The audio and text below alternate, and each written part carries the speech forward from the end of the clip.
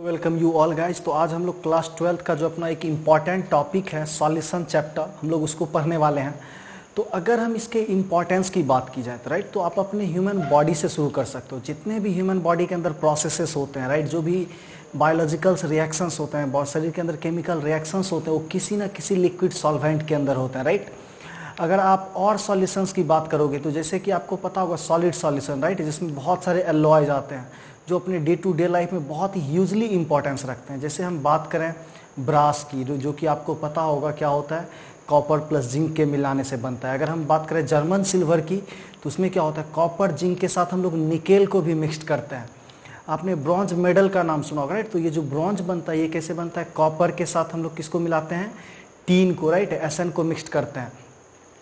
तो ये सब बहुत सारे डे टू डे लाइफ के एग्जाम्पल्स हैं। अगर आप बहुत इंपॉर्टेंट बायोलॉजिकल इंपॉर्टेंस की बात देखोगे तो जो आपका जो ड्रिंकिंग वाटर है राइट, उसके अंदर जो पार्टिकुलेट मैटर्स के साइज हैं, उसका जो काउंटिंग है वो कितना होना चाहिए। जैसे आपको पता होगा कि फ्लोराइड आयन F- आयन का कॉन्सेंट्रेशन अगर आपका 1 ppm से कम होता है तो राइट, तो वो टूथ के लिए अच्छा नहीं होता राइट, तो टूथ को डिके कर देता है। अगर 1.5 ppm राइट, तो 1 ppm से कम भी अपने लिए सूटेबल नहीं है। लेकिन फ्लोराइड आयन का अगर कॉन्सेंट्रेशन 1.5 ppm से ज़्यादा होता है तो अपने टूथ को वो क्या कर देता है, मॉटल्ड कर देता है। पता होगा कि लेयर सा बन जाता है राइट, अजीब सा दाग बन जाएगा। उसके अलावे आपको पता होगा कि फ्लोराइड आयन का हायर कॉन्सेंट्रेशन क्या होता है, पॉइजनस होता है राइट। आपको पता होगा सोडियम फ्लोराइड NaF2 राइट, या NaF सोडियम फ्लोराइड, जो रेड पॉइजन के तौर पे भी यूज किया जाता है राइट। तो क्लियरली आपको समझ में आ गया होगा कि डे टू डे लाइफ में बहुत सारे सॉल्यूशंस हैं राइट, जो अपने काम में आते हैं। तो हम लोग यहाँ पे डिफाइन करेंगे कि सॉल्यूशन कहते किसको है राइट। चलिए हम लोग शुरू करते हैं सॉल्यूशन से। तो ये जो सॉल्यूशन चैप्टर है उसका मैं डिफिनेशन लिख रहा हूँ, क्या होता है, it is a homogeneous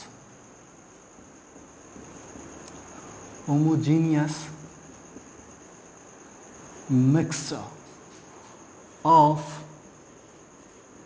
more than one component। तो कहीं भी एक से ज़्यादा कंपोनेंट्स का अगर आपका होमोजीनियस मिक्सचर होता है तो उसी को हम लोग क्या बोलते हैं, सॉल्यूशन बोलते हैं राइट। तो जनरली आपको याद होगा जो साइज ऑफ सॉल्यूट पार्टिकल्स होता है वो आपको किस रेंज में रहना चाहिए गाइज, 10 एंगस्ट्रम से छोटा राइट। तो क्या बोल सकते, size of solute particles should be less than 10 angstrom. तो अगर 10 एंगस्ट्रम से पार्टिकल का साइज छोटा होता है किसी भी लिक्विड सॉल्यूशन के अंदर, किसी भी सॉल्यूशन के अंदर राइट, तभी उसको सॉल्यूशन बोलता है। अगर उससे लार्जर साइज रहेगा तो वो आपको कोलॉइड के कैटेगरी में आ जाता है। तो राइट, पहला चीज़ क्या ध्यान रखना है कि सॉल्यूशन क्या होता है, एक बहुत ही इंपॉर्टेंट टर्म है। ये क्या होगा कि एक होमोजीनियस मिक्सचर होगा, सबसे इंपॉर्टेंट क्लियर रखना है राइट, जिसमें क्या होगा, मोर देन वन कंपोनेंट, एक से ज़्यादा कंपोनेंट होता है। तो हम लोग देखते हैं, जैसे हम बात करें सॉल्यूशन की, तो कोई भी जो सॉल्यूशन बनता है वो दो चीज़ से मिलके बनता है। एक होता है आपका सॉल्यूट और दूसरा क्या होता है, सॉल्वेंट। क्लियर है, तो ये चीज़ हमेशा ध्यान रखिएगा। तो अगर एक टर्म आता है बाइनरी सॉल्यूशन राइट, क्या आता है, बाइनरी सॉल्यूशन। तो याद रखिएगा बाइनरी सॉल्यूशन में क्या होगा, अगर हम सॉल्यूट की बात करें तो वो भी 1 रहेगा और सॉल्वेंट भी क्या होगा, 1 होगा। बाइनरी अगर आपको टर्शियरी बोल दिया जाए, टर्शियरी सॉल्यूशन, दैट मीन्स क्या होगा, 3 कंपोनेंट होंगे।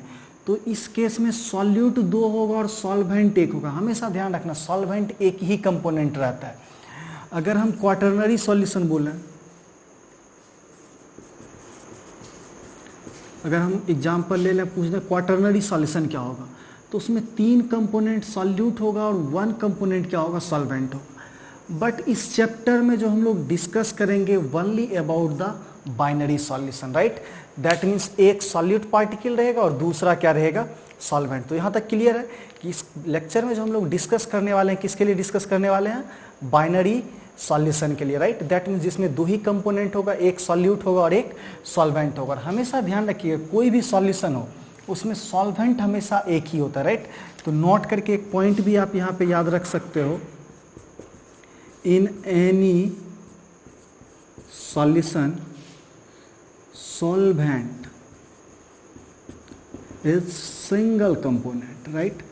तो सॉल्वेंट क्या होता है, हमेशा एक ही कंपोनेंट होता है। देखिए, जबकि सॉल्यूट क्या हो सकता है, एक से ज्यादा हो सकता है। While solute may be more than one, right. तो सॉल्यूट क्या हो सकता है कि आपको एक से ज्यादा हो सकता है, बट सॉल्वेंट कभी भी एक से ज्यादा नहीं रहेगा। ये चीज आपको क्लियरली समझ में आ गया, right.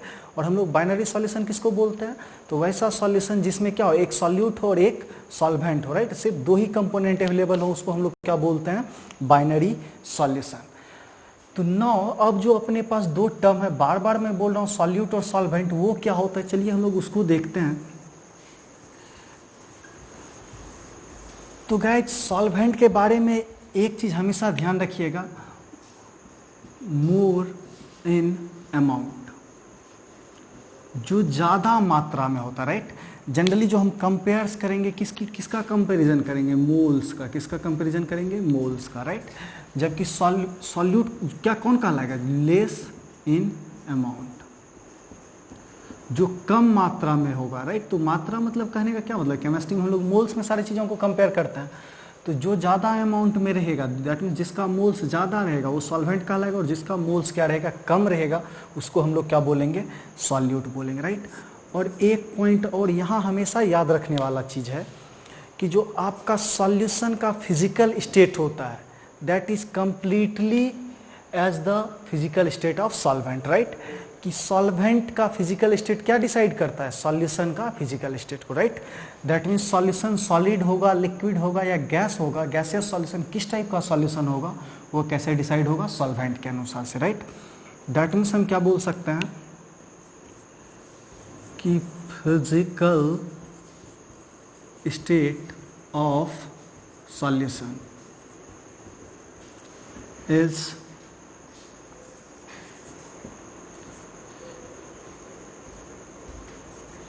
decided by the physical state of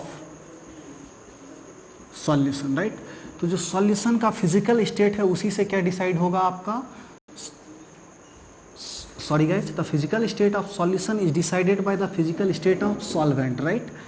कि सॉल्वेंट का जो फिजिकल स्टेट होगा वही क्या होगा, उस सॉल्यूशन का फिजिकल स्टेट होगा। ये चीज़ क्लियर है। तो इसके बेसिस पे जो हम लोग टाइप्स ऑफ सॉल्यूशन को कैटेगराइज करते हैं, राइट। टाइप्स ऑफ सॉल्यूशन की अगर हम बात करें, यहाँ पे टाइप्स ऑफ सॉल्यूशन, तो देखो यहाँ जो सबसे पहला इंपॉर्टेंट टाइप है ये फिजिकल स्टेट के ऊपर डिपेंड करता है। तो चलो सबसे जो एक कैटेगरी है उसको हम बोल देते हैं गैसियस सॉल्यूशन, गैसियस सॉल्यूशन। तो यहाँ ऑलरेडी पता है, अगर हम गैसियस सॉल्यूशन की बात करें और बात करें सॉल्यूट एंड सॉल्वेंट की, तो ये तो क्लियर है कि गैसियस सॉल्यूशन है तो सॉल्वेंट क्या रहेगा, गैस रहेगा। अगर सॉल्यूट भी अपना गैस है तो इसका आप एग्जाम्पल बता सकते हो, राइट। जैसे हम क्या करें, सपोज दैट नाइट्रोजन में ऑक्सीजन को मिक्स कर देते हैं, राइट, N2 विथ O2। आपको पता है कि अपना जो एटमॉस्फेयर है वो भी जनरली क्या होता है, नाइट्रोजन ऑक्सीजन का ही बाइनरी मिक्सचर, तो गैस के अंदर गैस है, राइट। अगर ये आपका लिक्विड हो जाए, राइट, ये लिक्विड हो जाए और ये आपको क्या रहे, गैस ही रहे, ये तो ऑलरेडी पता है, गैसियस सॉल्यूशन बोल रहे हैं, तो सॉल्वेंट हमेशा ही क्या रहेगा, गैस रहेगा। तो लिक्विड को अगर हम गैस में डिसॉल्व करते हैं तो इस तरह के एग्जांपल आपको पता होंगे, जैसे वाटर ड्रॉपलेट का होता है, मॉइस्चर अवेलेबल होता है एयर में, तो एयर क्या है, गैस है, जबकि मॉइस्चर क्या होता है, लिक्विड होता है। उसके अलावा आप इसको बोल सकते हो, सपोज दैट क्लोरोफॉर्म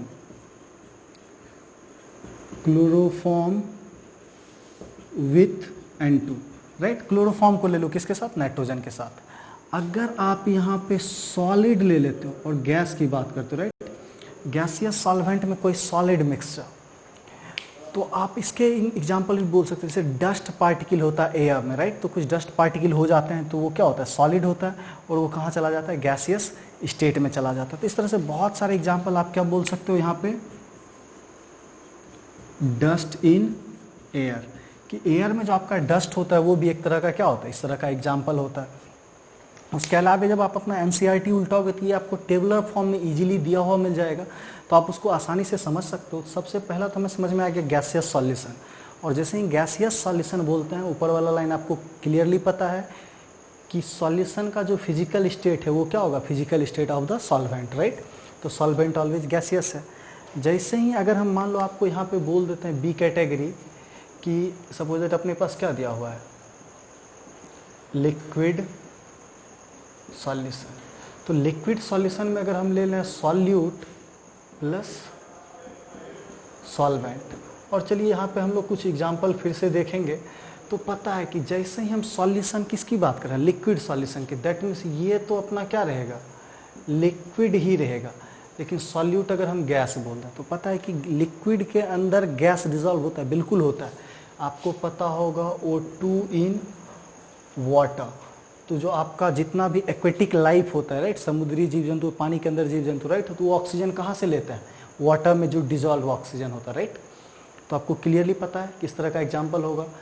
अगर लिक्विड इन लिक्विड की बात करें, लिक्विड इन, तो आपको पता है अल्कोहल विथ वाटर, कि हम लोग क्या करते हैं कि अल्कोहल को वाटर में डिजॉल्व कर देते हैं, तो ये भी इसका एक एग्जांपल हो जाएगा, बिल्कुल क्लियर है। सिमिलरली अगर अपने को क्या बोल दे, सॉलिड इन लिक्विड, तो सॉलिड इन लिक्विड बहुत सारा एग्जांपल है। आप सॉल्ट को पानी में डिजॉल्व करा सकते हो, शुगर इन वाटर बोल सकते हो, राइट, या ग्लूकोज इन वाटर बोल सकते हो, ग्लूकोज इन वाटर, राइट। तो इस तरह से आपको बस इस समझना यहाँ पे ये है कि जैसे ही हम बोलते हैं physical state of the solution, that means आपको कंप्लीटली समझ जाना है कि वो क्या होगा, फिजिकल स्टेट ऑफ सॉल्वेंट होगा, राइट।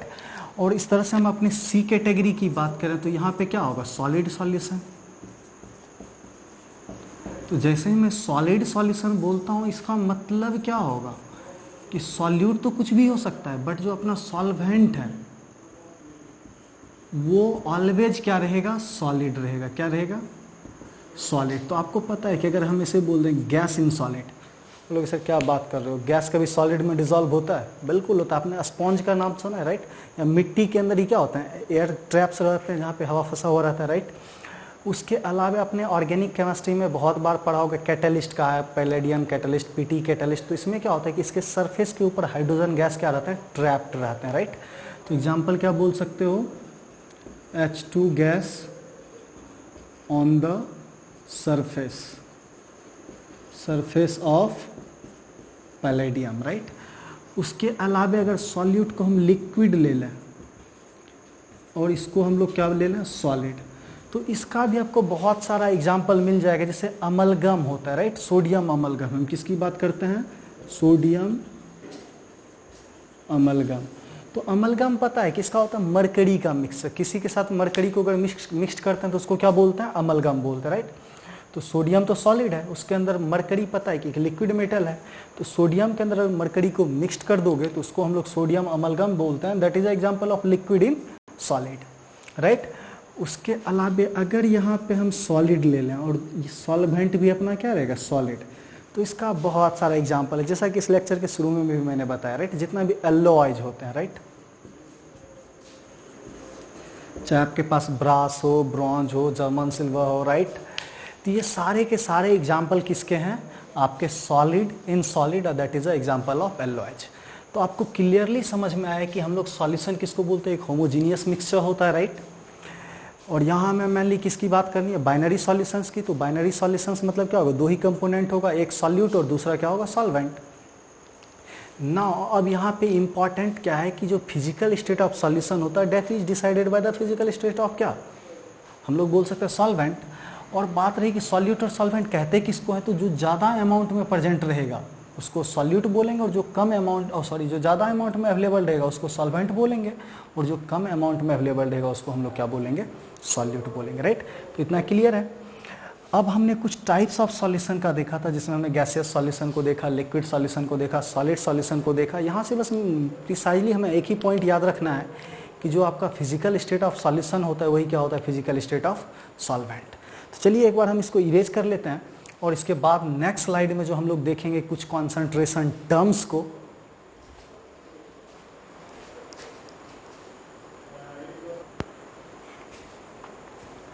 सो गाइज, अब हम लोग जो डिस्कस करने वाले हैं वो है अपना कॉन्सेंट्रेशन टर्म्स, राइट। तो पता है कि किसी भी सॉल्यूशन के अंदर जो सॉल्यूट पार्टिकल्स है उसी को एक्सप्रेस करने का क्या होता है, एक तरीका होता है, उसी को हम लोग क्या बोलते हैं, कॉन्सेंट्रेशन टर्म्स। तो मैं लिखता हूँ यहाँ पे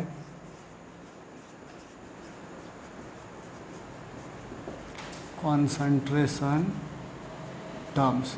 पूछा जाएगा कॉन्सेंट्रेशन टर्म्स मतलब क्या होता है। ये सिंपल सा टर्म है, expressing amount of solute in the solution। That means simple सा बात बोलो तो जो सॉल्यूशन का कंपोजिशन होता है, सॉल्यूशन कितना अमाउंट में क्या अवेलेबल है, इसी चीज़ को एक्सप्रेस करने का टर्म क्या कहलाता है, आपका कॉन्सेंट्रेशन टर्म कहलाता है, राइट। तो इसमें कुछ अलग अलग तरह के टर्म्स हैं जिसको हम लोग वन बाय वन करके देखेंगे। तो सबसे जो पहला बेसिक टर्म्स होता है वो होता है मास परसेंटेज। क्या होता है, मास। तो देखिए मास परसेंटेज बहुत ही सिंपल है, मैं इसका डिफिनेशन डिटेल्स में नहीं लिखूंगा, कि आपको ये पता हो कि अगर हम मेरा 100 ग्राम्स क्या है सॉल्यूशन है तो उसमें सॉल्यूट कितना अमाउंट में अवेलेबल है, इसी को क्या बोलते हैं, मास परसेंट। क्या बोलते हैं, मास परसेंट, राइट। तो इसको हम क्या बोल सकते हैं, mass of solute by mass of solution, right, into 100, right. तो सिंपली क्या बता सकते हो, मास परसेंट क्या होता है। सिमिलरली अगर आपको, जैसे हम एक एग्जांपल बोलते हैं 10% जो है, सपोज दैट इसका मैं एक एग्जांपल यहाँ पे लिख देता हूँ, 10%।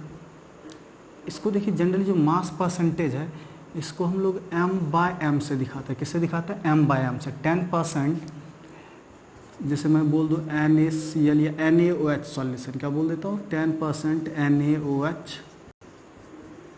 सॉल्यूशन या एक्वस सॉल्यूशन। इसका मतलब क्या है कि आपका 10 ग्राम NaOH है इन 90 gram of water, right. Generally हम लोग यहाँ पे सॉल्वेंट के तौर पे वाटर ही लेते हैं।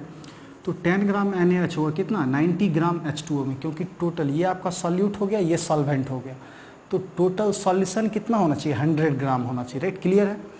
सिमिलरली अब जो नेक्स्ट टर्म है वो होता है आपका वॉल्यूम परसेंट, वॉल्यूम परसेंटेज। तो जैसे कि यहाँ पे आप देख रहे हो, राइट, क्या था कि 100 ग्राम सॉल्यूशन में सॉल्यूट कितना है, वैसे ही यहाँ बोलते हैं 100 ml सॉल्यूशन में सॉल्यूट कितना है, राइट। तो इसको बिल्कुल ही आप लोग कॉन्सेप्ट याद रखो, 100 ग्राम सॉल्यूशन में सॉल्यूट कितना ग्राम है, राइट, उसी को क्या बोलते हैं, वॉल्यूम परसेंटेज, राइट।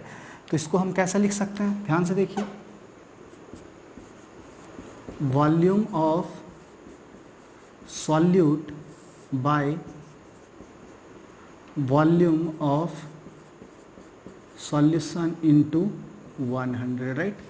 जैसे इसके एग्जाम्पल की बात बोलें तो जैसे यहाँ पे आपको बोल दिया 10% V/V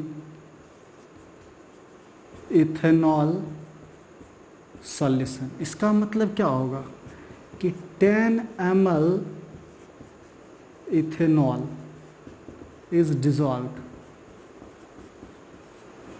डिजॉल्व्ड इन, फिर से ध्यान से देखो, 90 ml ऑफ H2O, कि 90 ml वाटर में 10 ग्राम इथेनॉल डिजॉल्व कर देंगे तो टोटल तो 100 ग्राम हो जाएगा। तो 100 ग्राम में सॉल्यूट कितना है, 10 ग्राम है, राइट। तो क्लियरली समझ में आ गया। सिमिलरली जो थर्ड टर्म है अपने पास वो होता है आपका मास पर वॉल्यूम परसेंटेज। ये देखिए आपको ज़्यादा इंपॉर्टेंट यूज का नहीं है, राइट। इसको जो ब्रैकेट में जनरली हम बताए थे, इसको किससे दिखाते हैं, m/v से। तो इसका बहुत ज़्यादा डे टू डे लाइफ में यूज नहीं है, राइट। ये खास करके आपको मेडिसिन इंडस्ट्री के द्वारा, जो भी मेडिसिन बनाती हैं कंपनियां, वो अपने कंपोजिशंस को दिखाने के लिए इस यूनिट का यूज करती हैं।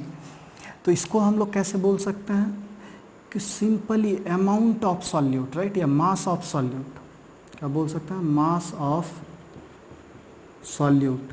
किसमें बोलेंगे, इन ग्राम में। किसमें होना चाहिए, इन ग्राम,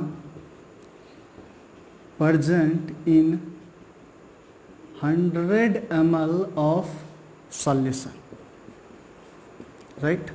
तो आपको यहाँ देखो थोड़ा सा डिफरेंस आ गया। क्या चीज़, कि सॉल्यूशन को किस में लेना है, 100 ml में, जिसमें से मास ऑफ सॉल्यूट कितना प्रेजेंट है। कहीं पे अगर आपको x% m/v सॉल्यूशन लिखा है, इसका मतलब क्या है, सॉल्यूट क्या होगा, x ग्राम, जहां आपका जो सॉल्यूशन है वो कितना हो जाएगा, 100 ml, राइट। तो यहाँ पे सॉल्यूट के अमाउंट को ग्राम में दिखाते हैं, जबकि सॉल्यूशन को किस में दिखाते हैं, ml में दिखाते हैं। तो आई होप यू गाइस कि तुम्हें क्लियरली समझ में आया होगा ये तीनों परसेंटेज वाले टर्म। तो इसके बाद जो नेक्स्ट टर्म अपने को देखने को मिलता है वो होता है पार्ट्स पर मिलियन। क्या होता है, पार्ट्स पर मिलियन। आपने बहुत बार नाम सुना होगा, पार्ट्स पर मिलियन। इसको शॉर्ट में हम लोग ppm बोलते हैं, राइट। इस लेक्चर के शुरू में भी मैं डिस्कस कर रहा था कि राइट कि जो 1 ppm तक आपके जो ड्रिंकिंग वाटर में फ्लोराइड आयन वो सुटेबल है, लेकिन 1.5 ppm से अगर ज़्यादा हो जाता है तो अपने टूथ के लिए क्या होता है, नुकसानदायक होता है। तो यहाँ पार्ट्स पर मिलियन मतलब होता है क्या, तो बहुत सिंपल सा है कि 1 मिलियन में कितना है, राइट। तो सिंपली इसको हम लोग कैसे बोल सकते हैं, mass of solute by mass of solution into 10⁶। देखिए जैसे परसेंटेज निकालते हैं तो किससे मल्टीप्लाई करते हैं, 100 से। तो यहाँ पार्ट्स पर मिलियन, राइट, तो उसके जगह क्या निकालना है, पर मिलियन। परसेंट मतलब क्या होता है, पर 100 में। तो यहाँ परसेंट के जगह क्या निकालना है, पर मिलियन में निकालना है, राइट। तो सिंपली किससे मल्टीप्लाई हो जाएगा, 1 मिलियन मतलब क्या होता है, 10 लाख, और 10 लाख मतलब क्या होगा, 10⁶। सिंपल है। लेकिन ये टर्म जो यूज किया जाता है for very low concentration of solute, ये जनरली जो यूज्ड होता है, used for very low concentration of solute. Again ये सब मेडिसिन वगैरह में भी यूज होता है, जहाँ पे कि आपको सॉल्यूट के बहुत कम अमाउंट डिजोल्व किए जाते हैं हाई अमाउंट ऑफ सॉल्वेंट में, राइट। तो उसको तो वहाँ पे ppm या ppb भी नाम सुना होगा आपने, पार्ट्स पर बिलियन, उसका भी यूज किया जाता है। तो इस केस में आप लिख सकते हो जनरली क्या होता है, mass of solute plus mass of solvent equal to क्या हो जाएगा, मास ऑफ सॉल्यूशन। सिंपल सा कॉन्सेप्ट है। लेकिन ये याद रखना कि जो तुम्हारा मास ऑफ सॉल्यूट होता है वो वेरी वेरी लेस होता है, किसके कंपेयर में, मास ऑफ सॉल्वेंट के, राइट। तो इस केस में बहुत ऐसा कंडीशन आएगा जहाँ पे आपको मास ऑफ सॉल्वेंट, राइट, तो ये पार्ट लगभग नेग्लिजिबल हो जाएगा, क्योंकि mass of solvent larger quantity as compare to solute. तो ये लगभग इक्विवेलेंट टू, इसको हम क्या लिख सकते हैं, मास ऑफ सॉल्यूशन, राइट। तो बहुत बार देखना इस फॉर्मूले में मास of solute by mass of solvent भी हम यूज कर सकते हैं अगर ये ppm का वैल्यू क्या हो, बहुत ही कम हो। तो ये केस याद रखिएगा। इन जनरली फार्मूला में, एक्चुअल फार्मूले में यहाँ पे क्या होता है, मास ऑफ सॉल्यूशन होता है, क्योंकि सॉल्यूशन के मास से ही हम लोग कंपेयर करते हैं। सिमिलरली जो fourth term, right, sorry guys, ये अपना फोर्थ टर्म था। तो सिमिलरली फिफ्थ जो टर्म होता है वो होता है आपका पार्ट्स पर बिलियन। तो जो पार्ट्स पर बिलियन, इसको शॉर्ट में हम लोग ppb बोलते हैं। और जो ppb का फॉर्मूला अगेन तुम फिर से कोरिलेट कर सकते हो कि क्या होगा। तो बिलियन मतलब क्या होता है, 10⁹, तो सेम फॉर्मूला रह जाएगा।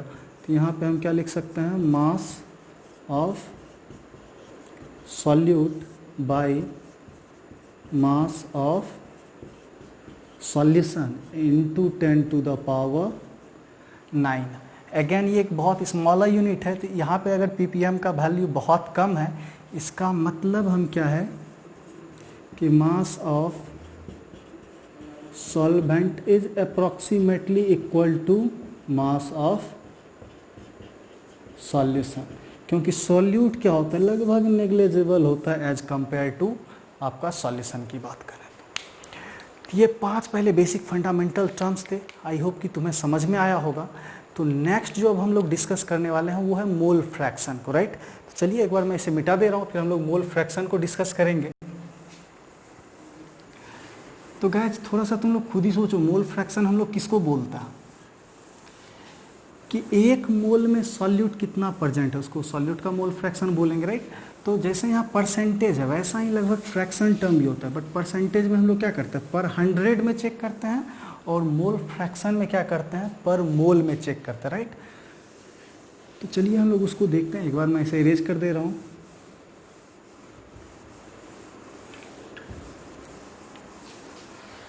तो चलिए गाइस, तो अपना नेक्स्ट जो टर्म है वो जो अपना 6th टर्म होगा, that is your mole fraction. तो देखिए मोल फ्रैक्शन क्या होता है, इसको जनरली हम लोग ना चाई से दिखाते हैं, एक्स जैसा यूनिट होता है, तो हम लोग इसको कंफर्टेबिलिटी के लिए एक्स ही पढ़ेंगे, राइट। तो ये कैसे डिफाइन होता है, राइट। तो अगर हम बोल रहे हैं 2 कंपोनेंट होगा, एक क्या होगा आपका सॉल्यूट और दूसरा क्या होगा सॉल्वेंट। तो चलो इसको सॉल्यूट को 1 मान लेते हैं और सॉल्वेंट को 2 मोल मान लेते हैं, राइट। तो मोल फ्रैक्शन ऑफ सॉल्यूट अगर हमें निकालना हो तो इसको हम लोग किससे दिखाएंगे, x1 से। किससे दिखाएंगे, x1 से, राइट। तो ये वैल्यू हो जाएगा आपका moles of solute by total moles, right. तो मान लो जो सॉल्यूट का मोल्स है, राइट, वो n1 है और सॉल्वेंट का मोल्स क्या है, n2 है। तो यहाँ मोल फ्रैक्शन जो आपका x1 है वो क्या हो जाएगा, n1 by n1 plus n2, right. Clear है। सिमिलरली अगर आपसे पूछा जाए mole fraction of solvent, right, क्या पूछा जाए आपसे, mole fraction of solvent, right. तो इसको हम लोग किसे दिखाएंगे, x2 से। तो ये वैल्यू क्या हो जाएगा, मोल्स ऑफ सॉल्वेंट, जिसका मोल फ्रैक्शन रख रहे हैं उसी का मोल्स कहाँ रखेंगे, ऊपर, अब बाय टोटल मोल्स, राइट। तो यहाँ से ये वैल्यू जो अपना x2 है ये क्या आ जाएगा, n2 bye n1 plus n2, right. तो आपको क्लियरली सॉल्यूट और सॉल्वेंट दोनों का आपने मोल फ्रैक्शन निकाल लिया। और यहाँ से देखो x1 प्लस x2 जब भी करोगे तो वो ऑलवेज किसके बराबर आएगा, 1 के बराबर। किसके बराबर आएगा, 1 के बराबर, राइट। जैसे परसेंटेज होता है, तो जब टोटल परसेंटेज कुछ जोड़ते हैं तो कितने के बराबर होता है, 100 के बराबर। वैसे ही मोल फ्रैक्शन है, तो इसको फाइनली ऐड करेंगे तो किसके बराबर होगा, 1 के बराबर, राइट। तो आई होप कि तुम्हें मोल फ्रैक्शन क्लियरली समझ में आया होगा कि हम लोग मोल फ्रैक्शन किसको बोलते हैं। उसके बाद जो नेक्स्ट हम अपने को यहाँ पे एक्सप्रेस करने के लिए है वो है strength of the solution. 7 term की बात करें, स्ट्रेंथ ऑफ सॉल्यूशन। तो ये देखिए स्ट्रेंथ ऑफ सॉल्यूशन जो डिसाइड होता है पर ग्राम ऑफ, हम लोग किसकी बात करते हैं कि जो मास of solute by mass of solvent, right. तो 1 लीटर सॉल्यूशन में, ध्यान से देखिए 1 लीटर सॉल्यूशन, राइट। इसको मैं डायरेक्टली अगर लिख दूं तो बोल सकता है mass of solute present in, देखिए ध्यान से देखिए, मास of solute present in 1 litre of solution. आपको क्या लेना है कि 1 लीटर सॉल्यूशन लेना है, उसमें कितना मास सॉल्यूट का प्रेजेंट है उसी को क्या बोलते हैं, स्ट्रेंथ बोलते हैं, राइट। तो स्ट्रेंथ को हम लोग डिफाइन कैसे कर सकते हैं, स्ट्रेंथ ऑफ सॉल्यूशन अगर आपसे पूछा जाए तो इसको क्या बोलोगे, ध्यान से देखो, मास ऑफ, क्या बोल सकते हैं, mass of solute divided by volume of solution, ये किस में होना चाहिए, लीटर में होना चाहिए। क्या होना चाहिए, लीटर में होना चाहिए। इसी को क्या बोलते हैं हम लोग, strength of the solution, right. तो देखो इसको एक बहुत ही छोटे से टर्म में हम डिफाइन कर सकते हैं। दोनों साइड हम लोग क्या करते हैं कि मॉलिक्यूलर मास ऑफ सॉल्यूट से डिवाइड कर देते हैं।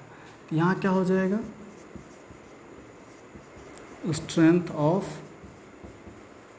Solution divided by molecular mass of solute. Molecular mass को मैं कैपिटल M से दिखा दे रहा हूँ, खुद समझ जाओगे क्या होगा। तो यहाँ पे क्या हो जाएगा, ध्यान से देखो, मास ऑफ सॉल्यूट डिवाइडेड बाय, इसको हम M ऑफ सॉल्यूट लिख सकते हैं, राइट। दोनों साइड हमने उसी चीज़ से डिवाइड किया है। और ऑलरेडी यहाँ पे बचा क्या है, वॉल्यूम ऑफ सॉल्यूशन किस में होना चाहिए, इन लीटर, राइट। ये ध्यान रह जाएगा। तो पता है mass of solute bye molecular mass of solute, इसको क्या बोलते हैं, नंबर ऑफ मोल्स। क्या बोलते हैं, नंबर ऑफ मोल्स, राइट। और डिवाइडेड बाय ये क्या हो गया, volume of solution in litre, किस में हो गया। और ये क्या हो गया आपका, strength of solution by molecular mass of solute. देखो number of moles of solute divided by volume of solution, इसी को हम लोग क्या बोलते हैं, मोलैरिटी। एक बेसिक सा टर्म है मोलैरिटी। ये किसके बराबर हो जाएगा, ध्यान से देखो, स्ट्रेंथ ऑफ सॉल्यूशन। और इसको उधर भेज दें तो किसके बराबर हो जाएगा, molarity into molecular mass of solute. देखो जब भी आपको मोलैरिटी पता हो तो आप स्ट्रेंथ फाइंड कर सकते हो, और जब स्ट्रेंथ पता हो तो आप क्या कर सकते हो, मोलैरिटी फाइंड कर सकते हो। तो नेक्स्ट जो अपना 8वां टर्म है वो है ही molarity.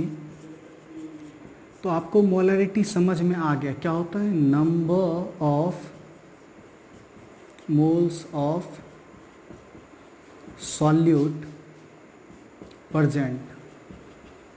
present in 1 litre of solution. कि अगर आपका सॉल्यूशन का 1 लीटर है तो उसमें सॉल्यूट का कितना मोल्स है, उसी को हम लोग क्या बोलते हैं, मोलैरिटी बोलते हैं, राइट। तो इसको अगर हमें फॉर्मुलेट करना हो मोलैरिटी को,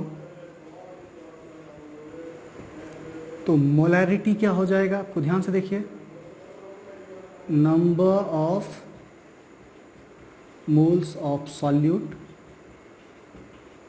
divided by volume of solution in litre. और बताइए इसका यूनिट क्या हो जाएगा, मोल्स पर लीटर। और मोल्स पर लीटर को ही जो एक छोटा सा टर्म है उसको हम लोग कैपिटल M से दिखाते हैं। मोल्स पर लीटर को किससे दिखाते हैं, कैपिटल